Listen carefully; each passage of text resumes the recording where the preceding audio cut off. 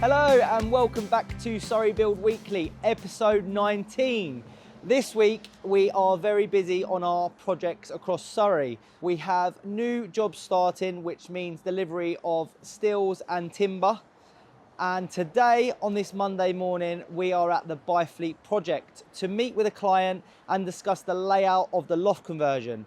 Now, we are very different to most loft conversion companies, whereas we do not build exactly what is on the paper until you have seen the layout. So we will bring the client into the loft conversion. We will discuss the layout options and the various different pros and cons to do with that loft conversion, and where they are having their wardrobes, their bathroom, and make sure that that is all okay. We will then construct those walls after that meeting, and the electrician and the plumber will then be booked in for what we call first fix services.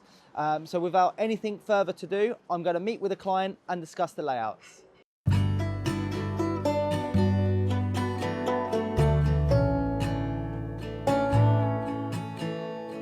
So I think one of your most important measurements is that bathroom. Yes, exactly. So is that just because you want that size, or you didn't take that off the drawing? So at the moment it's only 1.5 metres, right? Yeah, but obviously you can't stand up really that well. Right, so we go 1.5 metres, then Yep. you've got an 800 screen or 700 screen. That's right. And that's supposed to be square, but obviously you can't even get a square screen there. No. Well, bearing in mind, you don't necessarily, once you're in it, you're in it. You don't necessarily need a bigger walk-in space. I mean, it's not going to come down any further than that still. Quite big, isn't it? That's quite big. You're losing a lot because you're coming away, and that's why if you can keep it tighter. Yeah, you can't keep it.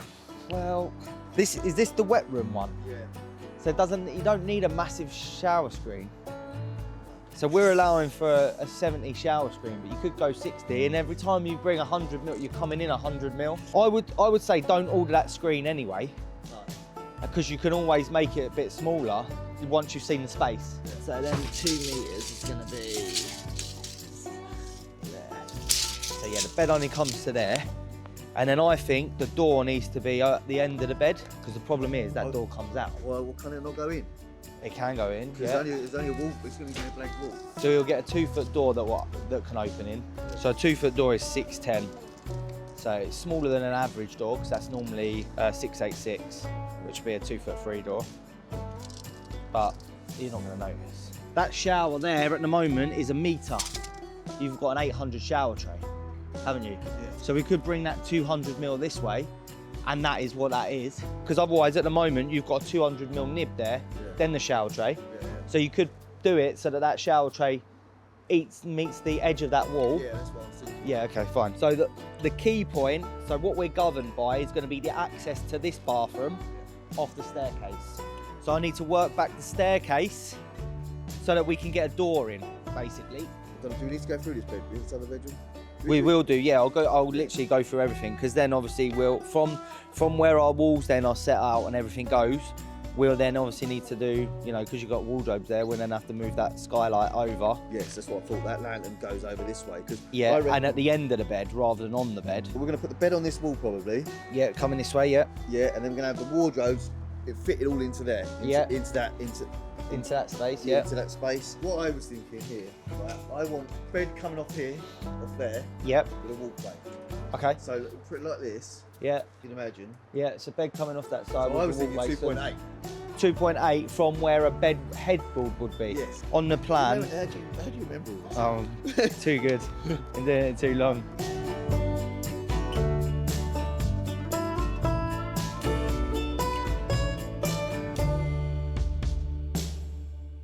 Just finished the design walk around here at Byfleet.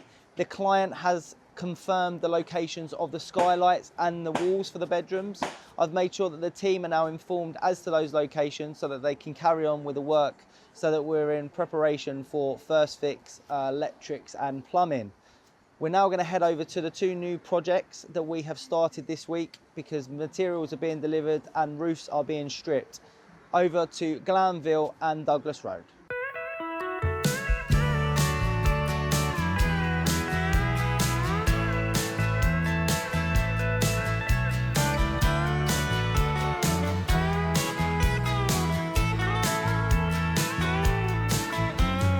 We are here at Douglas Road and the stills have just been craned up onto the scaffolding.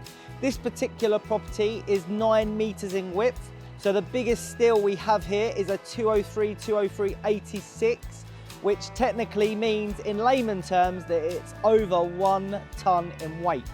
So that's going to be a very heavy beam to position, but we've got all hands on deck making sure that that steel beam is going to be positioned in the next couple of days. The guys are also estimating that they're going to get the timber delivery at some point today, and then they will be able to start the construction of this loft conversion.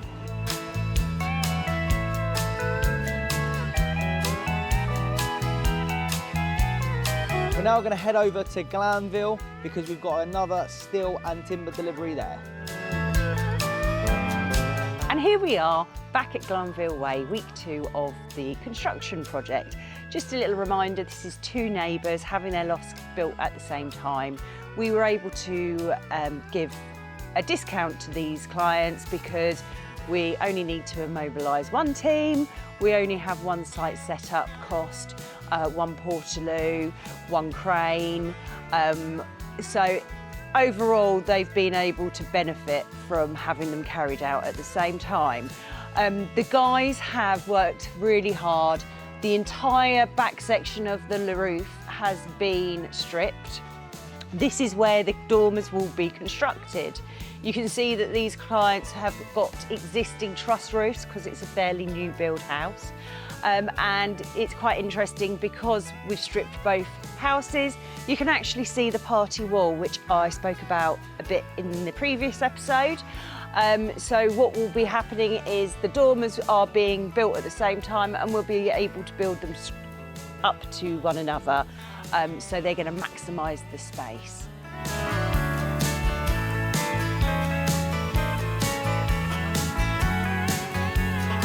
Moving on from Glanville, we're going to take you to our new project in Godalming. That's a rear extension, which we're really excited to be starting this week. Currently, we have got Trevor. He is doing the groundwork, so I would like to see what's been going on there.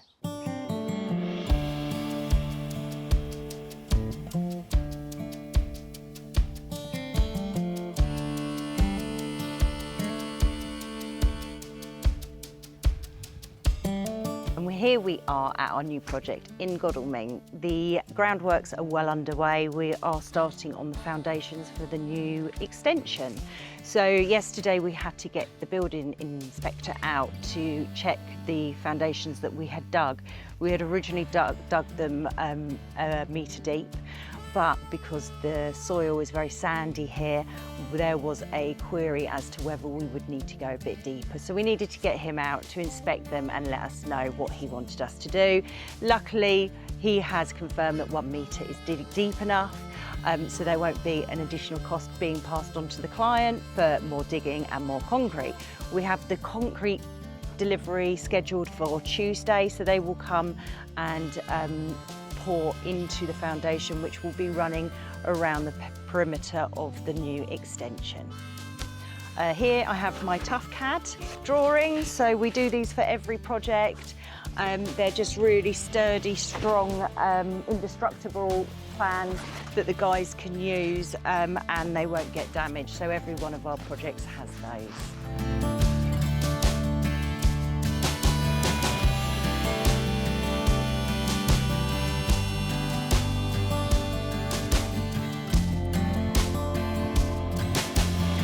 So before we bring this episode to a close, I'm going to pass you over to a couple of our clients who are going to talk to you a bit about why they chose to use us for their build project.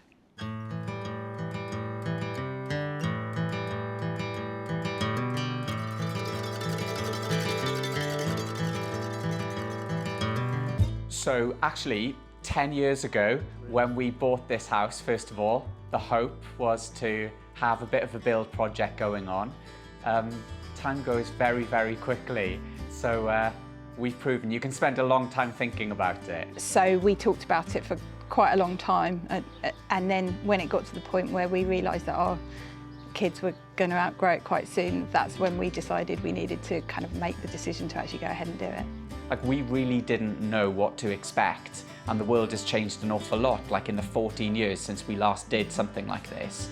And we just didn't know whether we could afford it. So a big part of this journey was also kind of exploring and gaining reassurance about that too. So we obviously went out, got quotes from different companies, including Surrey Lofts, and we made the decision that Surrey Lofts was the right one for us on that occasion. One competitor we got a quote from for exactly the same piece of work was significantly more expensive. The best thing, and I think this was really the thing that led us to choosing Surrey Build for this project, was that you guys took the time to understand what it is that we wanted to achieve and the how as well, like how we wanted to achieve it.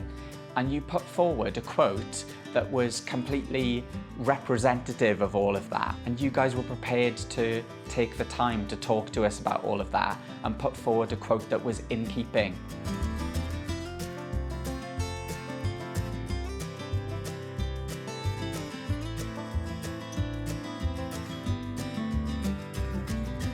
It's one of those things, I think, you know, when you're in it, you just kind of get on with it because you always think about the end goal. And then when you look back on it, you realise how quick it went. The process was quick and efficient. It's been great. There is like a clear project management framework, which I really love. There are all the back office admin things. There's the Google Sheet. There are people in the office that you can talk to when you need to check things about schedules. Some of the guys that worked on the loft, the building side of things, were great, really easygoing, prompt, you know, friendly. You didn't mind them being around. I really love the resource that you have available to make sure that the client feels looked after. Efficient. Yeah, I'd probably choose efficient because I think, you know, I've seen, or I've observed over the last week how you guys have like got this site set up and the work underway, yeah, it's really efficient.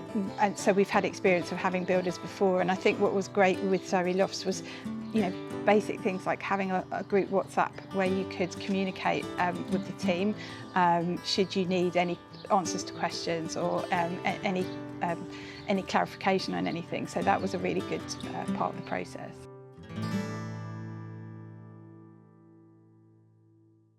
I'm outside Curling Vale, which is the house that we converted for Laura. This is where the episode will be ending. I hope you've enjoyed this week. You've seen our new projects. You've seen the Byfleet design walk around. There'll be plenty more next week. So if you'd like to see more, please like and subscribe. And we'll see you next week.